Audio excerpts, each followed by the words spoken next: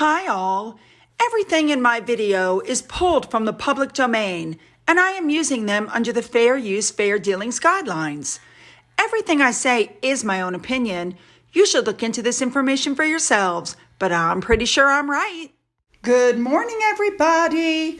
All right, we have another action-packed video for you here. Lots going on. Let's just jump in and get there.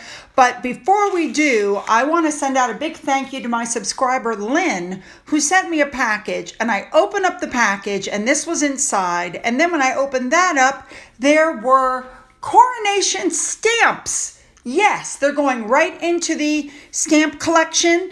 And yeah, thank you so much. So generous. All right, let's jump in and get there, shall we? Let's go.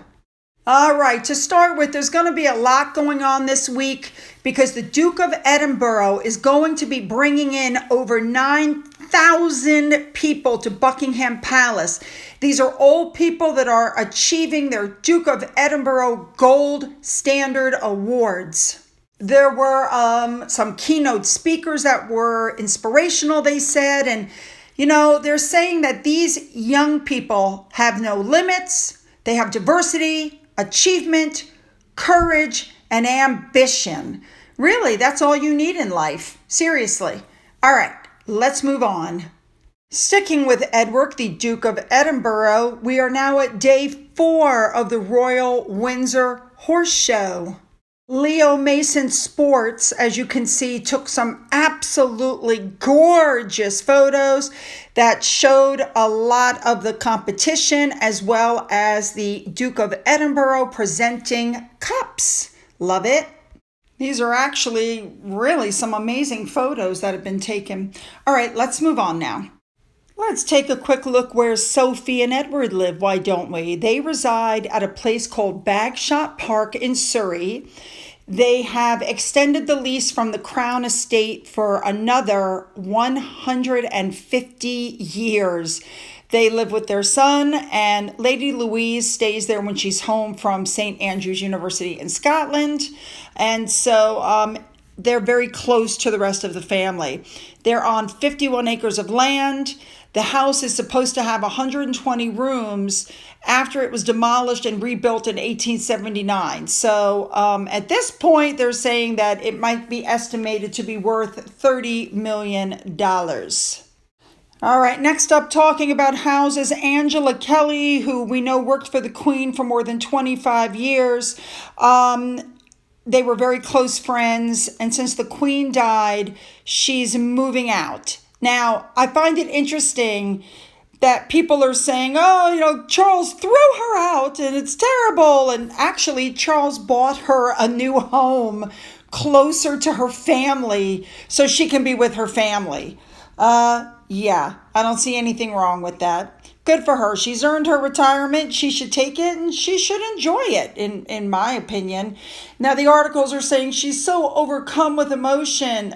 Maybe I'm blind. I don't see that. Yeah. All right, moving on.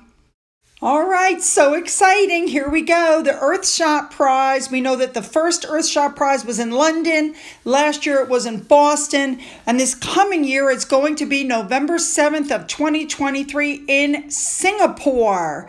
Oh my goodness. It's just wonderful. This is going to be really exciting because Singapore has built all of these they have all these environmental challenges. We know that they've got really bad, emissions from their cars and all this stuff. And Singapore has already gone around and built all of these natural areas to try to help repair their area. And of course, the planet. I'm going to be looking out for this one. All right, moving on. Next up, it's Zara's birthday. She's 42. And what everybody's talking about is the amount of stamina she showed because we know she was out partying till 2 a.m. the night before the coronation. So they're like, what is she eating? What is she doing that she could actually, stay out till 2 o'clock in the morning and still do that? And they're saying that she has an exercise routine. She has a weight loss routine. She said it's hard to stay in shape, but you got to exercise and you got to eat right. There you go. She said, because after having 3 children, she said, getting your body back is very difficult. Don't I know it? Moving on. All right, moving on. We all remember the sketch with the Queen and Paddington Bear, and there was a tribute featuring Paddington at the BAFTA TV Awards. Accepting the award was actor Simon Farnaby, who is the one who played the footman in the video, and he thanked the Queen for her contribution and said she had a very joyful Jubilee tea that day, he told the audience. And he said the person who most deserves this award is no longer with us, but we can accept it on her behalf. Thank you, ma'am, for everything. Now, what I really like is they then showed Paddington clapping in the audience, and Paddington put up a tweet. And the TV award viewers were in tears. Okay, I'm going to control myself here. I'll be back to tape again in just a minute. Give me just a minute. Okay, I'm back. Yeah, very touching. All right, moving on. Okay, this article came up saying King Charles had a problem he needs to deal with involving the kids. And the problem is he needs to start planning for the future, because they're saying in the article that the official portraits showed the aging nature of the firm. And because the king has a slimmed down monarchy, because they're short-handed. And so now they're going to have to look at the issues of the kids, because it's going to be more than a decade before George, Charlotte, and Louis can step up. So that's the problem he's looking at. All right, moving on. All right, next up, the ABC Ombudsman is investigating the national broadcaster's coronation coverage because they had over 1,000 complaints. Really? Those complaints were related to impartiality, accuracy, and harm and offense. Yep. So basically what they're saying is they put multiple senior Republicans on there, and they should have been talking about the history and the tradition about the coronation. And instead, they used it for political football and an invitation for anti-crown activists to whine on about the different political moments. And people are saying, that was a sacred moment of consecration. It's a time-honored oath between the king, the God, and his people. And what they did was absolutely wrong. This is going to be ugly. All right, moving on. All right, really quickly, just letting you know that the Princess Trust Awards are going to be held, by the time you're watching this, the same day. And of course, I'll bring you that information as it becomes available. Moving on. All right, next up, Prince Andrew. He appeared to be in very good spirits as he was stopped from going on his horse ride by barriers that were erected for the Royal Windsor Horse Show. So we know that there's an issue with the house. The king has let it be known that he should leave the house, but Sarah Ferguson is living there. So it's just him and Sarah. And they're saying that they should move into 5,000 square foot, 8-bedroom, 5-bathroom Frogmore Cottage. But the Royal Lodge, which by the way was once for the Queen Mother, is being earmarked for William and Catherine, and he doesn't want him out. Anyway, I'm going to keep an eye on this. I'll let you guys know when I know. All right, moving on. All right, here we go. Back to Harry and Meghan. So here's the interesting thing. They go to dinner at a restaurant, and suddenly it's, Cameron Diaz was there. Gwyneth Paltrow was there. They're Harry and Meghan's Hollywood pals, and they met for dinner. Blah, blah, blah. Okay. Not true. And now the articles are coming out. She's got a new girlfriend squad. They're all A-list stars. I've told you guys before, I call these balloon stories. They float them to see how well they're going to do. And then it's I've told you that so many times. We're waiting to see if they like it. If they don't like it, maybe they'll get in touch. Maybe they won't. How many times have we heard this stuff? And it turned out to not be true. Okay, well, thank you to the Royal Griff for finding out that WME was part of that thing that, Meghan did for Mother's Day with the shirt. Well, I also noticed on the left under Guardians, the Aspen Institute. Remember that? Harry joined the Aspen Institute to try to make the internet a safer place. Yeah. Anyway, if you go to the community page that's selling the shirts, all the other people that are there are represented by WME. So this is all transactional. That's it. I doubt these two really even know each other, but it's, she's with WME now. So, but I noticed this tweet. Could you imagine how Cameron Diaz is feeling? Well, I mean, if this is true, if that she was set up, but I don't think it is, let me tell you why. Look at this tweet. Gwyneth Paltrow's agent has already denied that she was at the restaurant with Harry and Meghan, and Cameron Diaz said she was asked to be there by her agency. Yeah. So it's a setup, guys. It's all a setup. And a big thank you to Resting Dollface for reminding me about this. Remember when she wrote this whole thing and she acted like she knew Emma Watson and she was friends with Emma Watson? Come to find out, she asked to meet Emma Watson and Emma Watson refused. A big thank you to Annette on Twitter for these pictures. It just shows that Meghan literally is trying to reinvent herself. She's trying to be like Angelina Jolie. She's trying to be like Yoko Ono. She's trying to be like Diana. She's trying to be like Kim Kardashian. She is a wannabe. She copies everything from their poses to, look at this with Catherine's outfits. It's insane. So knowing that she has no real thoughts of her own, this really got me. Apparently, there was another website called The Tig before Meghan's website. Yes, interesting. Looks like she copied that as well. Unbelievable. All right, moving on. All right. Next up, this really shows me the hypocritical side of Harry and Meghan. Once again, it's Mental Health Awareness Month. So what do? They go to a local Montecito charity. They bring the cameras and they talk with the teenagers about social media pressures, mental health awareness. Here's one of her fake mouth open laughs. Oh, I'm just having the best time here. Yeah. They make sure to take all the pictures to make them look like they're these fabulous people and they put them up. Now, here's the interesting thing. We all know that Harry and Meghan are aware of the sugars. We know that when they were asked about them, they said no comment. We know that Harry has taken multiple pictures with them.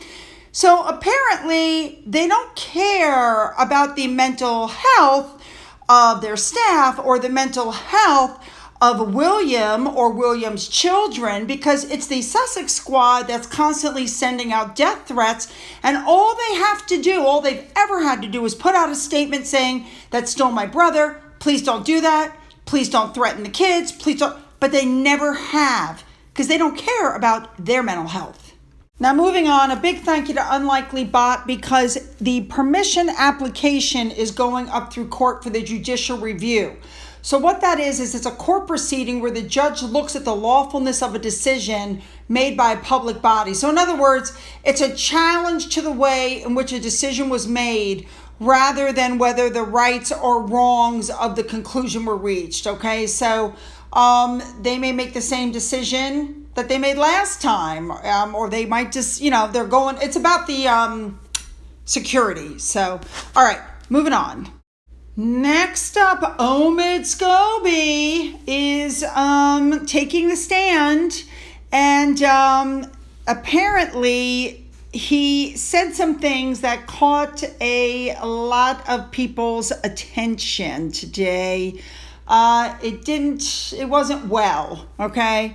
So first, we know that he lied about his age in arguments. We know, or in the past, we know that he lied about whether Harry and Meghan helped him with the book. He swore in court that he didn't, but he can remember precisely something that happened 15 years ago. Very interesting. He even couldn't remember Archie's age, saying that the kid was 6 when the kid was 4. He said a lot of things about Piers Morgan.